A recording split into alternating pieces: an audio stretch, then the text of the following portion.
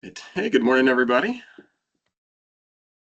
So we've got a good group here, and we're 1 minute past our official kickoff time, so we'll just kind of roll right into this.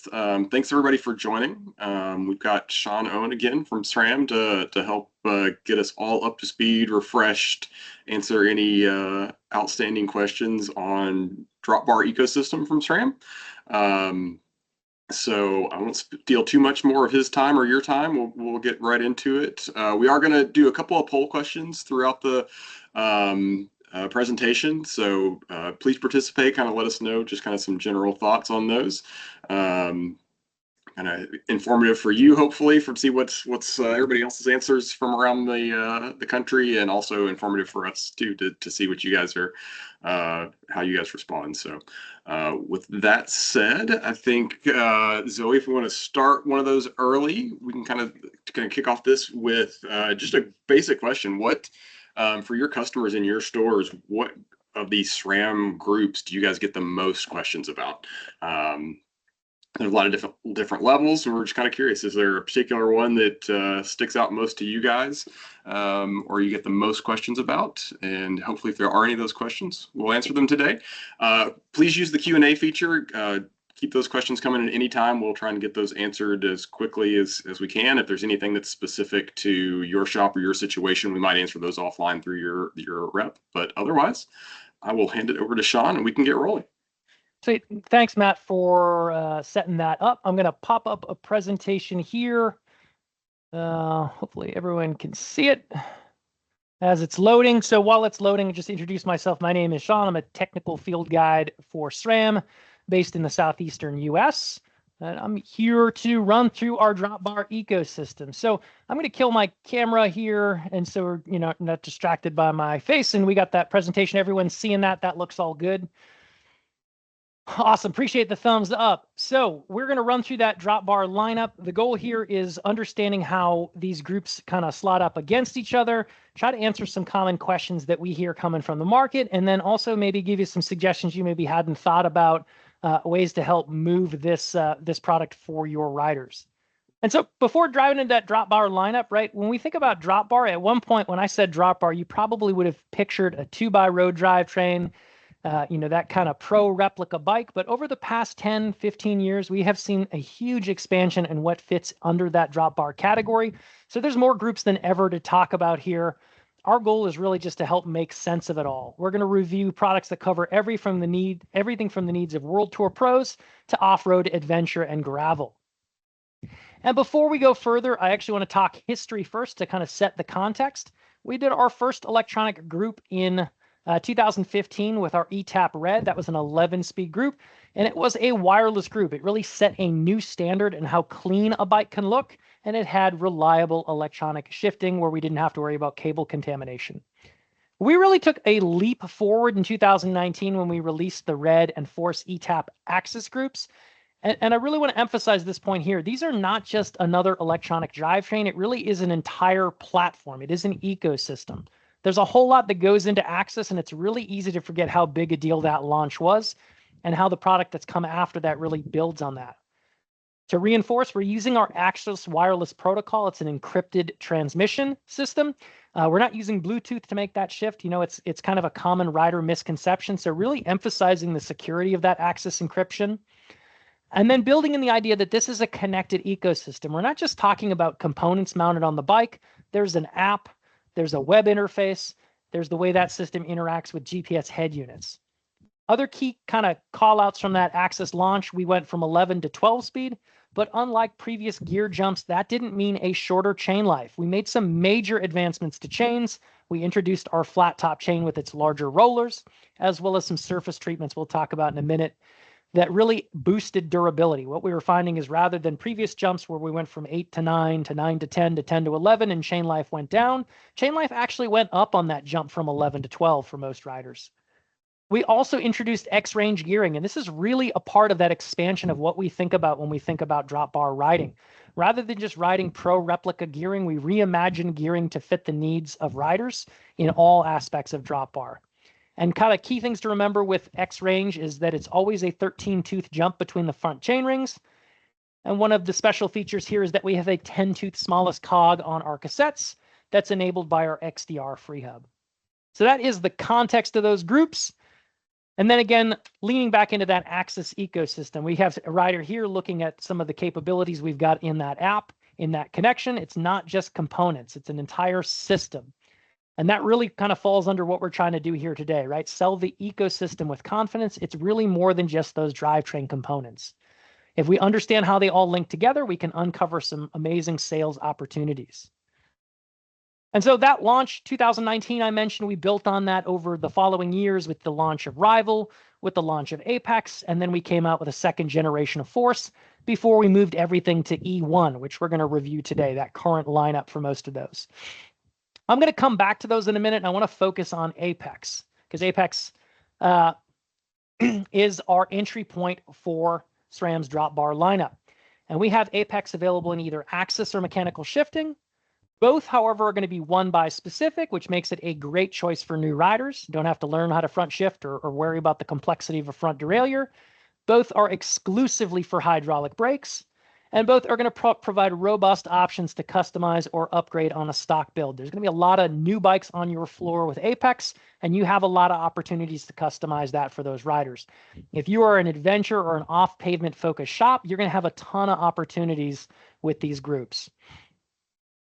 So when it comes to the levers, again, as I mentioned, they're both one-by specific and hydraulic brakes. They both feature adjustable reach, which allows your riders to fine-tune for hand size and preference. And mechanical uses our double shaft shifting. This is actually the shifting we entered the road market with. If you don't remember how that works, it's a single click to make a harder shift, 2 clicks to make an easier shift, and 3 clicks gets you 2 easier shifts. It's all happening in that right lever. That left lever is simply a brake lever. And that mechanical shifting is using our X actuation cable pull ratio. What that means is that it's going to be cross-compatible with our Eagle mechanical derailleurs. Not our Eagle mechanical transmission, but our Eagle mechanical. So all of those prior generations, as well as our current S100 and 200. More on that later. While the Apex axis lever utilizes the same shift logic as our other axis levers, meaning right button for a harder shift, left button for an easier shift. But because it is axis, riders can reprogram buttons to do really whatever they want. They can add in wireless blips to provide additional shift points, or they can pair those Apex levers to axis front derailleurs and a 2x axis rear derailleur and have gearing options beyond 1x.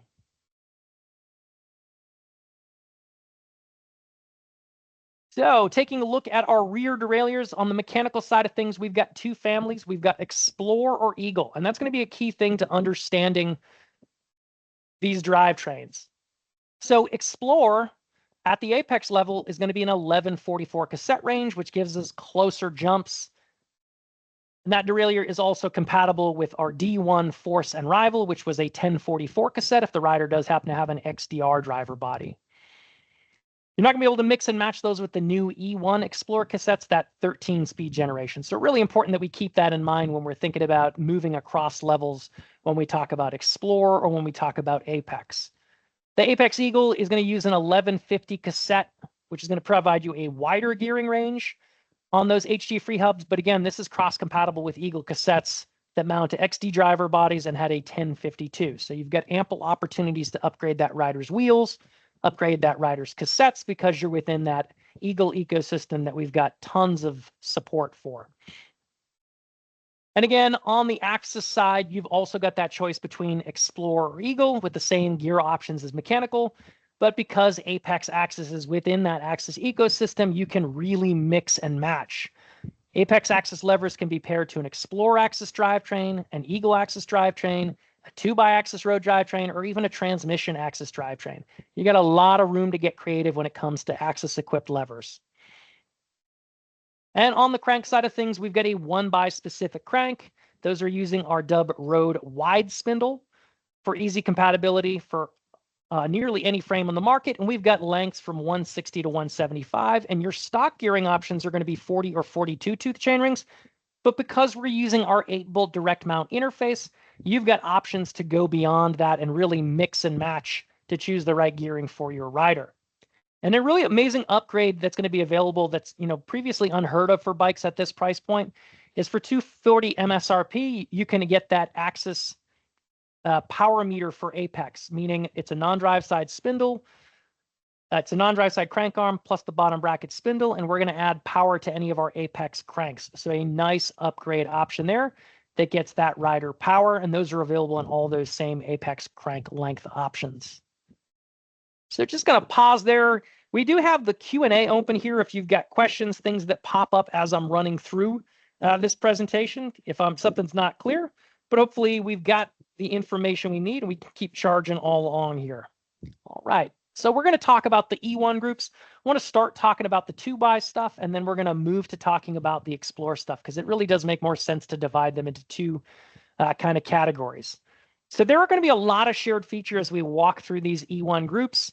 We'll talk about what makes that E1 category great, as well as some of the differences between levels that hopefully help you navigate some of those sales conversations when someone's trying to find the best upgrade pathway. So the goal here across the whole E1 experience is we wanted effortlessness to be the thing that everyone understands. We wanted it to be effortless braking, effortless shifting, and effortless interaction with the GPS head unit. And we always pull information from our pro riders, from our army of test riders. What we're always trying to do is gather feedback from the field to refine these products. And you're going to see a major breakthrough in terms of ergonomics, and really one of the standout features here. So here's the group that emerged from a lot of that testing. One of the things I really want to call out here is that it is the lightest electronic disc brake group on the market, and we did this while retaining almost complete backwards compatibility. There are going to be two small exceptions that I'm going to call out when we get to them. Other than those two small exceptions, any of these components can be swapped in on that bike that rider purchased in 2018 with an original red or Force D1 group. So we got a lot of ways we can upgrade. We don't have to just sell someone an entire group. We can swap out components that best suit the needs of that rider. And then we've got our Force group, which again shares a lot of the same characteristics with red. Again, two compatibility things that we need to worry about.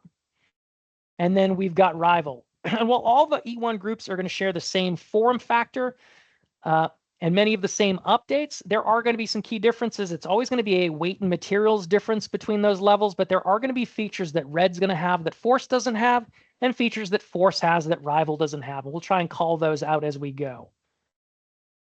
So really the most talked about standout part of the entire family of new groups really is the controls. And this goes back to the heart of interacting with those test athletes and refining. It was a 4-year project to come up with this new shape. We changed them both inside and out. Ultimately, it all adds up to more control and less fatigue.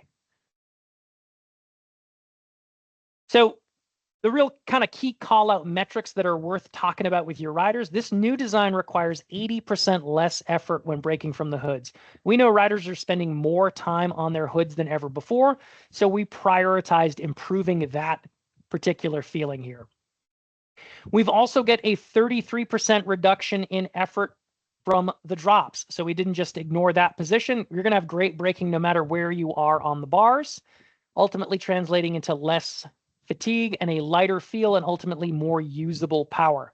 We did this while also shaving 83 grams at the red level, 73 grams at the Force level, and 72 grams at the Rival level. Let's take a look under the hood and see how that was done. If we take a look at the previous generation lever on the left and the new generation lever on the right, one thing you'll see is that the previous generation used a vertical piston layout, whereas we now have a horizontal piston layout. We went from a pull piston to a push piston, and we also moved the pivot point. You can actually see where the pivot point is on that lever. We moved it much higher. That ultimately creates more mechanical advantage, meaning less effort for that rider. The other thing that we can really see in this kind of side-by-side comparison is the increased space underneath the lever. If you've got a rider with larger hands, they're going to be able to fit more fingers underneath. If you've got a rider who runs their brake lever run inboard from a reach perspective, they're going to be able to fit their fingers under there without getting pinched between the bar and the brake lever under braking. So big wins on those brake lever side. We see a lot of riders just upgrading brake levers on their own. We made some changes as well to the caliper. It's not just the levers. Part of that power story does happen at the caliper. We relocated the piston in the caliper. It's much more centered on the rotor, creating a stiffer interface. And one thing you see here that's on the red that is not on the other two, force and rival, is the cutouts. So that caliper on the right, the new lever, new caliper, you can see those cutouts. That is part of the weight savings here. You'll also see that we shifted from our CLX-R rotor to our Paceline X rotor, which is another part of the weight savings story.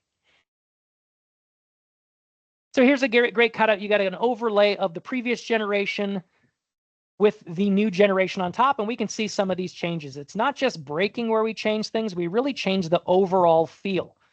The overall circumference of the lever was reduced. We also reduced the size of the pommel, that kind of upper portion of the lever, and we made it longer so you can fit more fingers underneath. Ultimately, that means the lever is going to be about 5 to 7 millimeters longer, which is how we achieve that. And we're going to take that 5 to 7 millimeters into account when we set up our levers. The other thing you kind of see in this image is we've got some texturing on the hoods, which is going to give you a great grip, and you've got texturing on the paddle. The different levels are going to have different looking texturing on the hoods. All of them are going to have the same texturing on the paddle. So how are we going to align our levers? Well, what we're looking for to start is a 7-degree upward slope rather than having the top of that lever parallel with the ground. That's going to give us a nice neutral setting that's going to neutralize some of the additional length in these levers. And we're also looking for them to be slightly inboard. Setup and install is going to be super easy on these. If the bike's flat on the ground, we can actually use that textured line on our lever, and we line that up level with the ground. That's going to give us that 7-degree slope. Nice, easy, fast setup process. Obviously, riders can diverge from these settings when building their bike, but we think this is a good neutral point. We think this is going to make it easier for you guys to do builds. So in terms of the lever shape, it's going to work great for hand sizes, but we also have the ability to tune our reach in, just like we talked about with the Apex levers. Red, Force, and Rival are all going to use the same 2.5 mil Allen wrench reach in the front of the brake lever to dial with the position of that brake lever in. That is not going to affect brake function. Brake's going to feel great no matter where you run your lever. Ultimately, rider preference.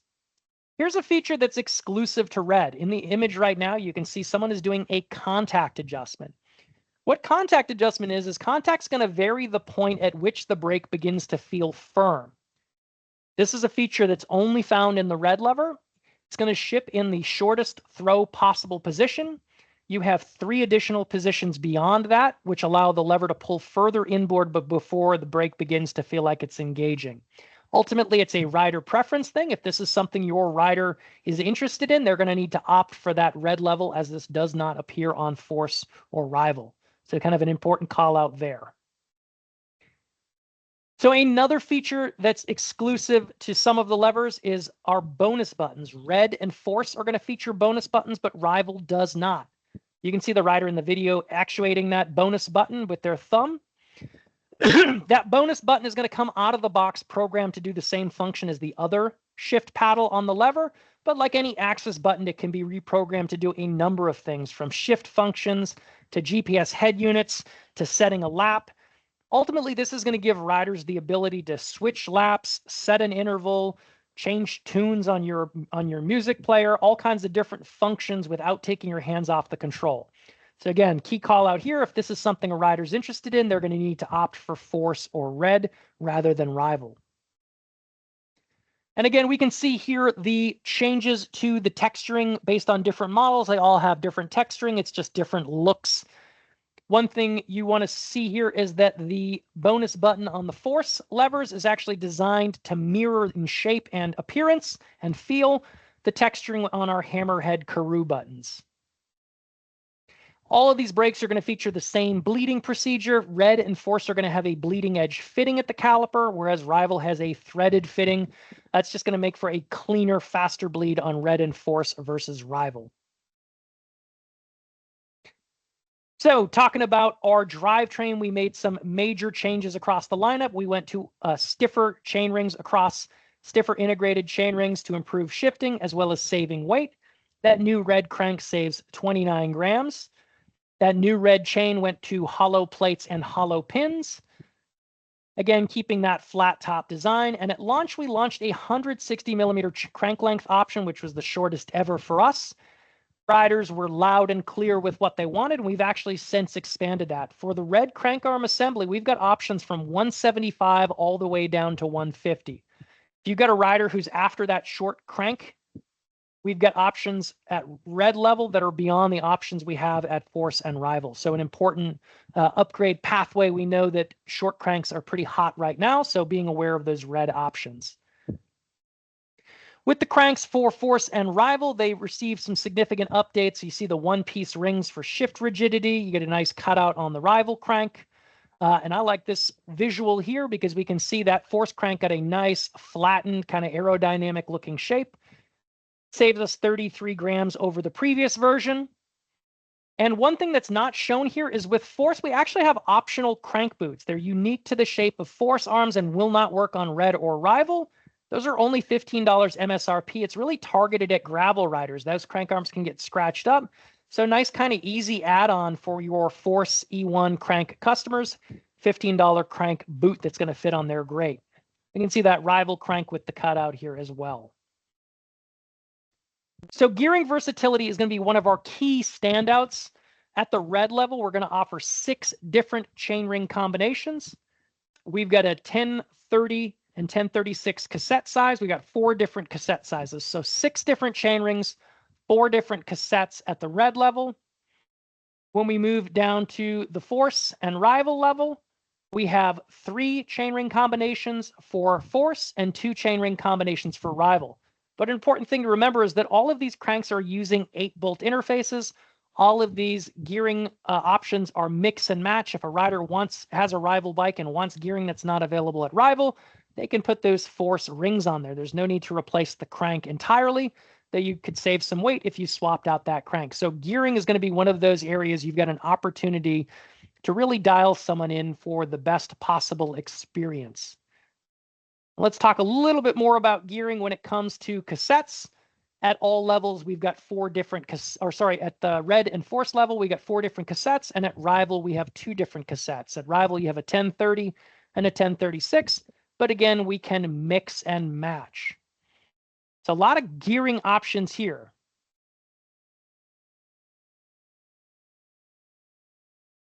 I don't know if Matt wanted to ask a question. Yeah, I'm just slow on my buttons there. No, thanks, Sean. No worries. No, this is a really fun one because this one obviously varies quite a bit depending on where you're located across the country. So we'll just pop up a question. Curious to see what the demand and what the most popular of these options is that you guys see in your locations. Awesome. Thanks, Matt. Yeah, I want to emphasize that. I mean, one of the things that we see at service counters and service riding is that, riders are coming in and they've got the gearing they have on their bike. Don't presume that they're on that gearing because that's what they chose. They're probably riding that for OE spec reasons. That's what the bike came with. You've got a real opportunity to have a conversation, and you've got a plethora of options you can direct them to find a gearing that really suits their needs, suits the needs of your region. So don't be afraid to explore gearing. We've got a lot of options for you at pretty much any level to suit that rider's needs. And while we're talking about gearing, front shifting is another area where we've made major improvements over previous generations. It is faster and it is more precise. We did that by making a narrower front cage, ultimately reducing the distance the chain needs to move. There's an auto trim feature built in here, so when we shift the cassette, the front derailleur will make an adjustment to match to eliminate rubbing. And so this is all done through improvements in the front derailleur, improvements in the chainring, and improvements in the chain. And at the red level, this is an important change. We've got 1 front derailleur for all 6 of those different chainring combination sizes. In the previous generation, we had 52, 54, and 56 required a special version of the red front derailleur that was included that had an additional mounting hole. We've reduced that. It is 1 red front derailleur for all 6 of those different chainring combinations. And so the other thing we've got here is we've got the wedges we use for installation. It's going to come with 3 wedges. 1 will be installed. That wedge is actually adjusted from the front and not the back, making a technician's life easier, ultimately leading to faster installs and faster builds. And we also labeled the high and low limit on the front derailleur, again, just making it easier. So part of the way we were able to, and this is one of those compatibility issues, I said they were going to talk about 2 compatibility issues where we can't mix and match with prior generations. Part of the shifting improvement here is when we came out with that first generation, the D1 groups in 2019, there were still plenty of rim brake bikes on the market. Rim brake bikes and disc brake bikes have slightly different chain lines. What we needed to do is we needed to design one front derailleur that worked across 2 different chain lines, basically splitting the difference. Now, when we design these groups, disc brakes have really taken over and rim brake bikes have kind of gone by the wayside. We designed around a single chain line, that disc brake chain line. What this ultimately means is that if you've got a rider with a rim brake bike, we're not going to want to put this E1 front derailleur on there. If a rider has a previous generation D1 bike and it's disc brake, by all means, sell them this front derailleur and improve their front shifting. So just kind of, that's that one call out I mentioned there. And we've got fast front shifting on the other groups. Key call out we want to talk about with the Force and Rival front derailleur is those are compatible with chain rings up to 5037. They only have one mounting hole. If a rider wants 52, 54, or 56 tooth chain rings, they're going to need the red front derailleur, which has an additional mounting hole. So that's kind of an important qualifying question. If you're in a really flat area where people like to run those big gearings, you're going to want to lean into that red front derailleur, whereas riders who are not going above that 5037 don't have to opt for the red. They can choose Force or Rival. So let's talk about the rear derailleurs. All of those E1 rear derailleurs are going to have reliable, dependable, maintenance-free chain management for a quiet, secure drivetrain. We have a clutch in all of those derailleurs. Force and Rival are going to use a spring-based clutch where red uses an Orbit fluid damper. So that's an important call-out. It's ultimately going to be a lighter interface. So that rider who's after that Orbit wants the lightest possible rear derailleur, red is going to be the better choice for those riders. So that's going to be a compatibility, or not a compatibility call out, but a performance call out. And we've really seen the importance of chain management in the classics as well as in the Grand Tours. Having a chain management system built into our rear derailleur really can be a competitive advantage here. And I mentioned there's one rear derailleur for all cassettes. We can manage a 1028 up to a 1036 here. All of them got larger pulleys. The red is going to have ceramic bearings as well. And this is another compatibility call out. So we were able to do one rear derailleur for 4 cassettes by eliminating our 1026 cassette size. So it was rarely seen, rarely ridden, and all but the fastest people in the flattest places.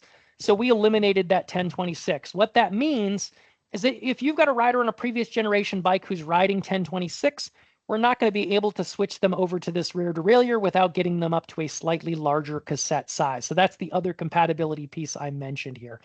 Other than that, great cross compatibility across the board. So it's the front derailleur and the rear derailleur are the things we need to pay attention to. And again, those rear derailleurs, same across the board. We'll talk more about chain management. We talk about the Explorer families. We've got weight savings on the Force and Rival levers as well. 12 grams on Force, 20 grams on Rival. So the other kind of thing we're leaning into with our road ecosystem is power meters. Power meters have really taken over. We've basically found that when a rider has a power meter on one bike, they want power meters on all of their bikes. This is going to be one of your easiest upgrade pathways for any rider. If they don't presently have power on their bike, we've got accurate and easy options for them. So at the red level, we've got power integrated into our chain rings here, and we've got those available in all of our sizes for those riders. We've got our 1x Aero power meter rings at the red level.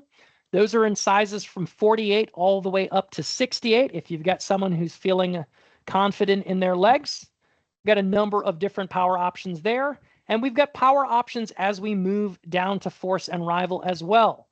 So at Force, we are going to have 2 options, and at Rival, we are going to have 1 option. So taking a look at those options, the Force one is actually really unique. We are using our thread mount interface here. We actually debuted this with our XXSL transmission groups. We are going to need that thread mount tool in order to install this on our, or change our chainring sizes. but very easily we're going to be able to swap gearing sizes for that rider. And remember, it's one front derailleur for all of those chainring sizes. It's a really easy process to get your rider set up for different gearing on that power meter. The other power meter option at Force is going to be our spindle-based power like we talked about with Apex. We are also going to have a spindle-based power option for Rival. So really easy upgrades. We are talking about 240 MSRP for Force, 195 MSRP for Rival. Great add-on if someone's in for service or if they've got power on one of their other bikes. We're just trying to make that as easy as possible. And so the other kind of circling back to some of the things we talked about, customization and fit is going to be things we're going to lean into with these groups. Reach adjustability, a plethora of crank options, a plethora of gearing options, really the ability to swap in components versus what came on that bike to really set them up with exactly what they need. We've also got some ability to add in some splash of color. We've got those red cassette sizes, 4 different red cassette sizes available in rainbow. We've got that new red chain available in rainbow as well. And on the Force side of things, we have a purple chain to add on a little pizzazz to that Force bike. It is the same weight as the standard Force chain. And then again, all of that connects to AXS. We've got our bike garage in the AXS app. We've got the ability to add wireless blips, program in different functions, and analyze our post-ride data in AXS Web. What was unique with the launch of Red was this was the first time we had designed a GPS head unit, a cycling computer in conjunction with a group. So we've got an unprecedented level of integration between those. We can look at battery life. We can program button function without even pulling out our phone.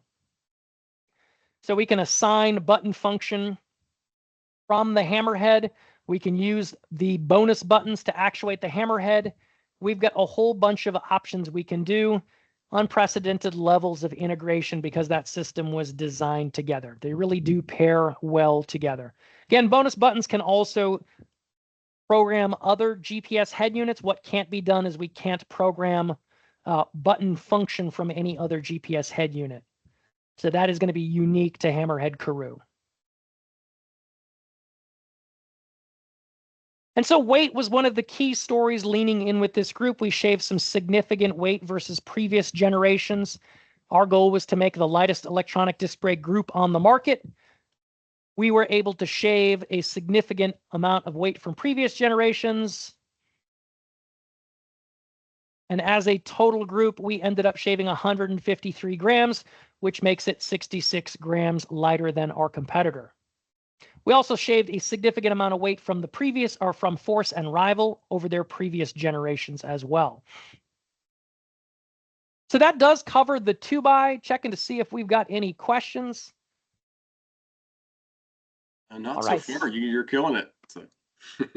Sweet. Awesome. Got some great engagement with the poll there. Always curious to see what people are riding for gearing and getting people to explore beyond what their bike came for gearing. So jumping into gearing, what was unique for the E1 product is we really expanded the Explore story. We launched Explore in 2021. It was a 1x specific gravel group. The derailleurs really looked similar to the rest of the 2x derailleurs, but there were some functional differences there. It was based around a 1044 cassette, and it was 1x specific. We did a major facelift to Explore, and I'm a huge fan of it, so let's talk through what's going on with Explore.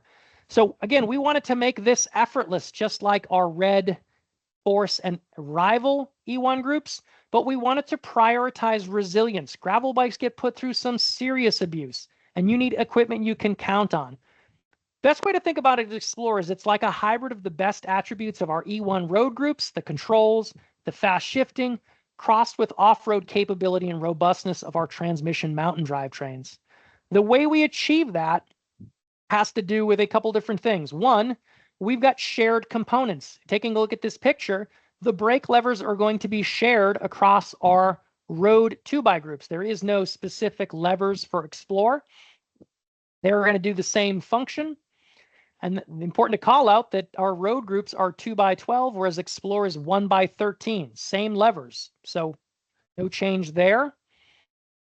That's the same story with force as well as rival. And there's a lot of rival Explore in the market. We've got a lot of OE uptake on that. So let's talk about it. So the controls are shared between 2x and Explore. The same benefits apply, but maybe even more than roadies, gravel riders really appreciate the control of the new brake levers. They're riding on some loose terrain. They are doing some steep descents. Braking comes at a premium. The real breakthrough here has to do what's happening on the bottom of the bike, the non-shared components. We have our new Explore full mount derailleurs. This is an interface we debuted with our transmission groups. And just like with transmission, the frame does need to be built around UDH, our universal derailleur hanger interface, in order to accept these derailleurs.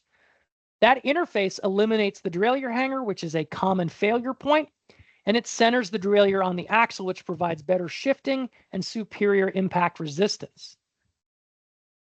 So taking a look at the UDH, in order for a frame to be ready for Explore, we do need to make sure it has UDH. We can check our bike checker on SRAM.com, or if you look at the bolt, it should have a UDH printed on it. If it has a UDH printed on it, we are good to go in swapping that bike to our new Explore.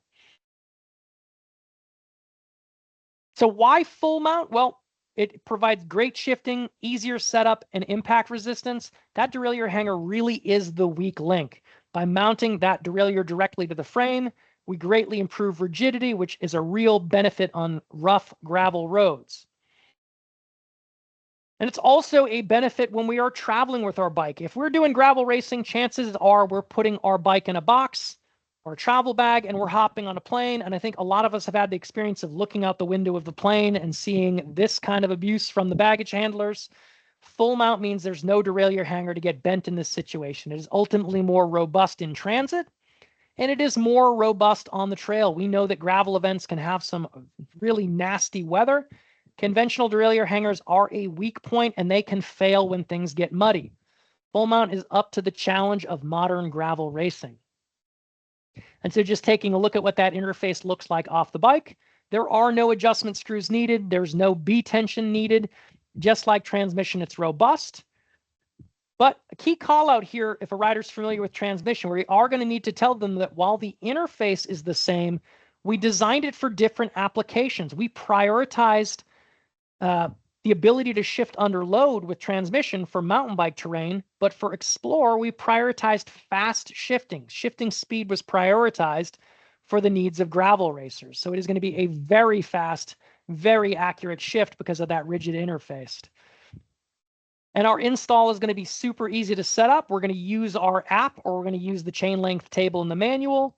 We're going to size our chain off the bike, preparing those parts off the bike, loosely hanging those parts, and then tightening it. Very easy setup process, keeping things smooth and consistent. And then there's that chain length table that we can utilize if we're not using the calculator. And chain management is something I want to talk about when it comes to Explore. The benefits of Explore go beyond just that mounting interface. We prioritize the damper in this derailleur to provide chain security. It is based on the transmission damper, but here we prioritized shift speed and weight and efficiency gains versus transmission. It is going to be the best chain management of any derailleur for a gravel application. And then we also have some additional features. This is a feature that's exclusive to Red. It's our magic wheel, which we offer on our transmission derailleurs. What that means is if something gets stuck in that pulley wheel, that lower pulley will keep turning, preventing greater damage. So that is going to be exclusive to Red, but the wheels are interchangeable. A rider can upgrade their force or rival derailleur simply by changing out the pulley cage or just by changing out the wheels. So you've got a great upgrade option here. And we know that gravel races can do a number on pulley wheels. Maybe if you got a rider who did Unbound, they're probably due for some pulley wheels. Getting them set up with the Red pulley wheels is going to get them a feature they may not have had on their force or rival out of the box. Another key thing here is we've got major replaceability and rebuildability. If this derailleur is crashed, if things get damaged, we're not out of luck. We can replace the pulley cage, the skid plates, the wheels. We got a lot of replaceable, serviceable parts on here at the Red level, as well as at the force and rival level. So a lot of opportunities to upgrade, interchange, and replace, keep things looking fresh. So talking about gearing, I mentioned Explorer is 13 speeds. We were able to go from 12 to 13, adding in an extra cog, and we did this without introducing a new chain standard or a new wheel standard. That full mount interface gains us some real estate on the inside of the frame, getting us that extra cog. And previous Explorer was a 1044. The new ones are 1046. We were able to get an easy cog, and we also reduced the number of big jumps at the smaller side. So our first few cogs from the harder side are going to be 10, 11, 12, 13. So 4 one-tooth jumps. That's going to be beneficial when we're on the flatter side of the course, or maybe it's a paved run out or a paved finish. So we got those sprint gears while keeping a nice, easy climbing gear. These are going to use our same 2x flat top chain, so there's no additional skews to stock, and the same XDR drivers, meaning your rider doesn't have to worry about wheel compatibility. So there are our shift shared components, the brake lever, the XDR driver, as well as the chain. And when it comes to chains, I do want to call out some key differences. Those rival chains, whether 2x or 1x use, remember it's the same chain. Rival's going to have a hard chrome treatment on the inner links. Force is going to feature that hard chrome treatment on the inner links and the rollers, and the red chain is going to feature that hard chrome treatment as well as hollow pins and hollow plates. As we move up that ladder, yes, we start saving weight, but we also get durability gains as we get more surfaces treated with hard chrome. So if you've got a rider who's got rival, moving up to force can be a conversation about chain durability, not just weight. And so power carries over to Explore. We've got that thread mount power meter we saw with Force. In this case, it is a 1x ring using that thread mount tool. If your shop does not have that thread mount tool, definitely something you're going to want to invest in. We're seeing more and more of these thread mount rings in the market. And we've got power available on the rival and force side. In those cases, it is going to be spindle based. And those spindles are going to be unique versus the 2x spindles. For our Explore groups, we are using our road wide bottom bracket length. That road wide bottom bracket length gives us better clearance for the chainstays we're seeing on gravel bikes and the wide tires we're seeing on gravel bikes these days. And again, I do want to call out that crank boot option for force and force only. Really kind of a cool thing that most riders aren't even aware exists. We can also, because all of these cranks use our 8-bolt interface, we can use our arrow rings. We've got arrow rings with power as well. And then we also have our non-power rings, which are also 8-bolt interfaces. So a number of options to help that rider dial in the gearing. We know when it comes to a gravel bike Explorer, they're going to be running a 1030 or 1046 cassette. Way we're going to vary their gearing is we're going to swap out their chain rings. So using that same consistent 8-bolt interface or that thread mount interface is going to make it easy to swap chain rings based on the event that's coming up. And so all the benefits we talked about on the roadside, improved lever ergonomics, increased brake power, the bonus buttons, those all carry over and have just as big, if not a bigger impact on gravel. We know on those rough terrain, riders are much less likely to take their hands off the bars. So bonus buttons and brake reach all become really important. And so we did some major weight savings on these groups. We end up saving 70 grams over the new red 2x when we talk about equivalent gearing. And we save 218 grams over the previous generation of red Explorer.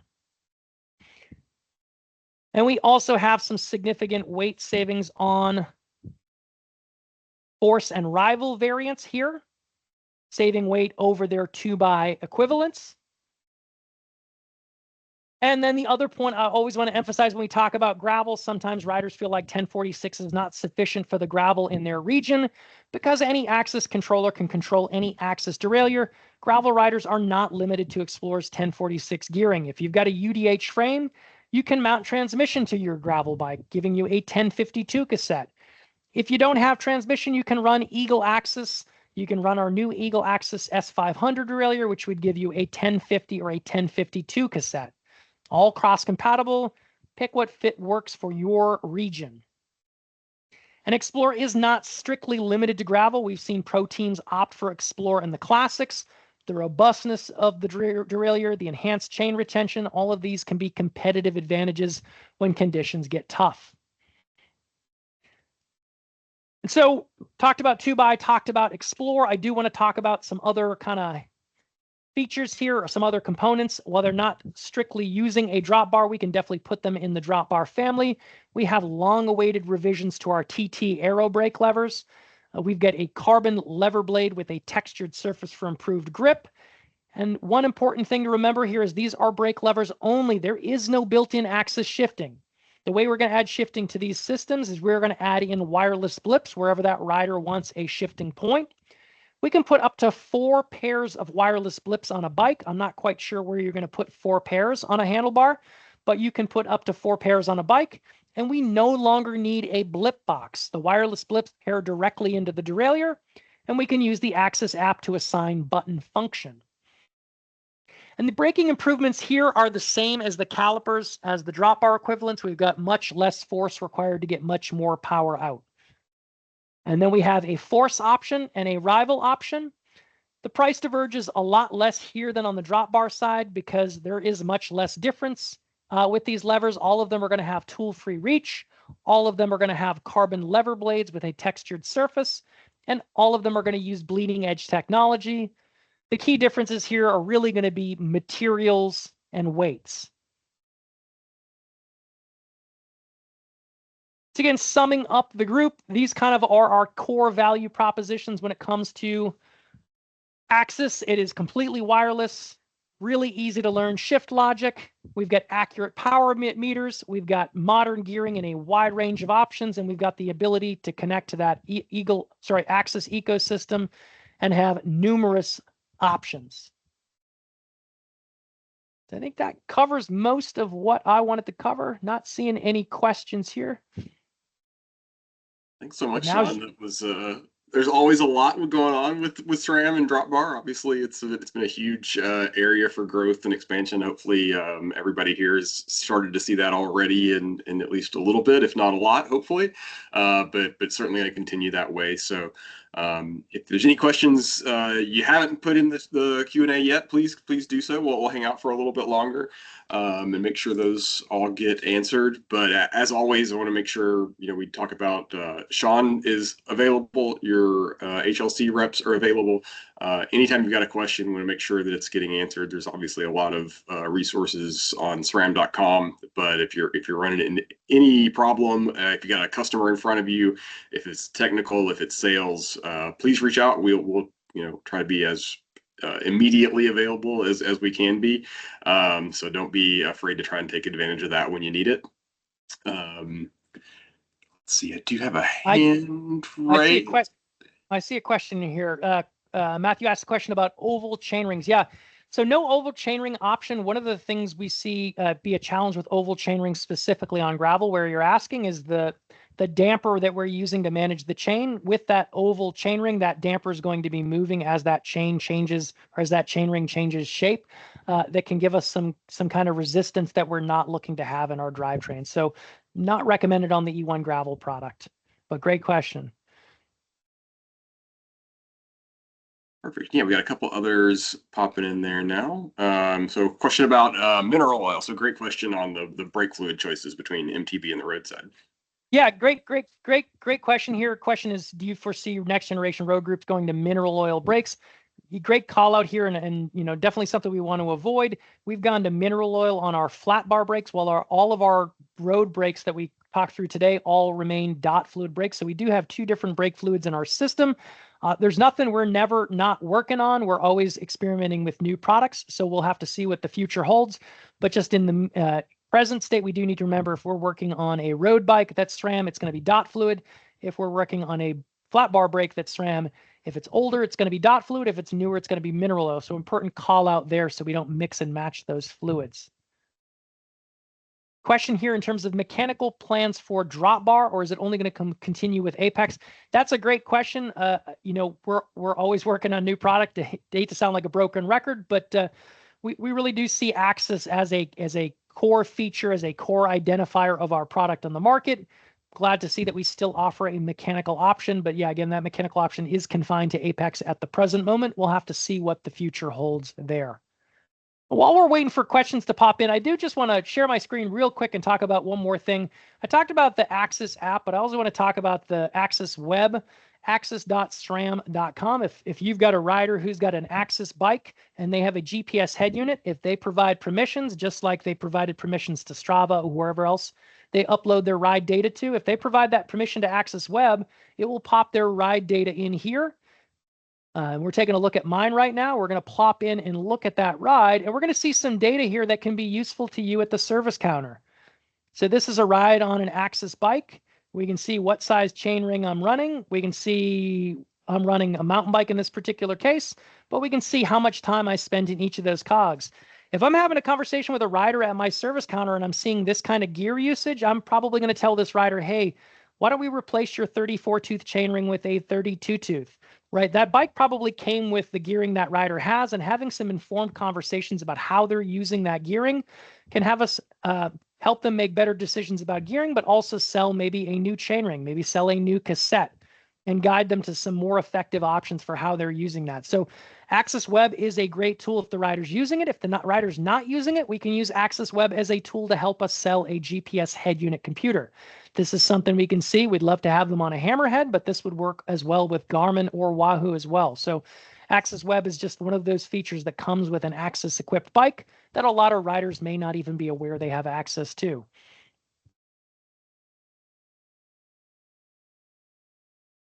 Right, giving them another minute. Yeah, thanks, Sean. And yeah, like I said, hopefully we're answering questions here. Also, hopefully we're giving you some ideas on places you guys can be more profitable, help your riders enjoy their bikes more. The little add-ons here are super fun. The wireless blips are great for anybody that's got a drop bar bike. Spare ETAP batteries are always something that's super easy and handy to have on hand. There's just lots of little things that go across the whole ecosystem. The power upgrades Sean mentioned earlier, really, really affordable in terms of, especially if you've been around it for a little bit of time at all. Power used to be a much more expensive proposition, and it's pretty attainable these days. And also, like Sean said, once you see riders get it on one bike, it tends to, they want to be across all the bikes. I got one more question new on the AXS app for you, Sean. Yeah, I see the question here is any plans for AXS app on mobile to allow for multiple AXS updates applied with one click? Currently, we have to go part by part doing updates one at a time. Yeah, Scott, that's a great question. Absolutely something we are working on. We're trying to make that AXS update process as easy as possible. We've added more people to our AXS development team than probably any other department in the past few years. That is definitely something we are working on, improving that update process, making it easier for you, making it easier for the rider. So no promises on a date, but we're going to head down the direction of making your life easier there.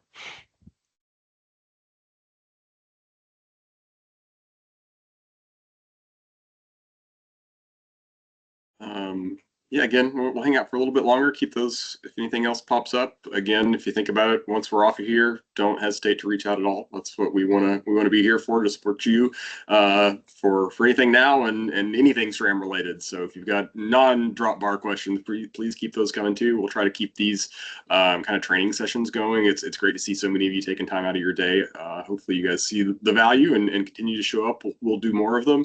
If you've got specific topics you'd like to do in the future, let us know.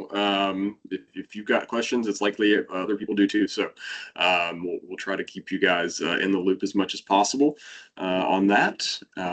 But otherwise, if nobody's got any further questions, we'll let you guys get back to your day, get back to the shops, and ready for hopefully a profitable weekend for everybody. All right. Thanks so much for everyone's time today.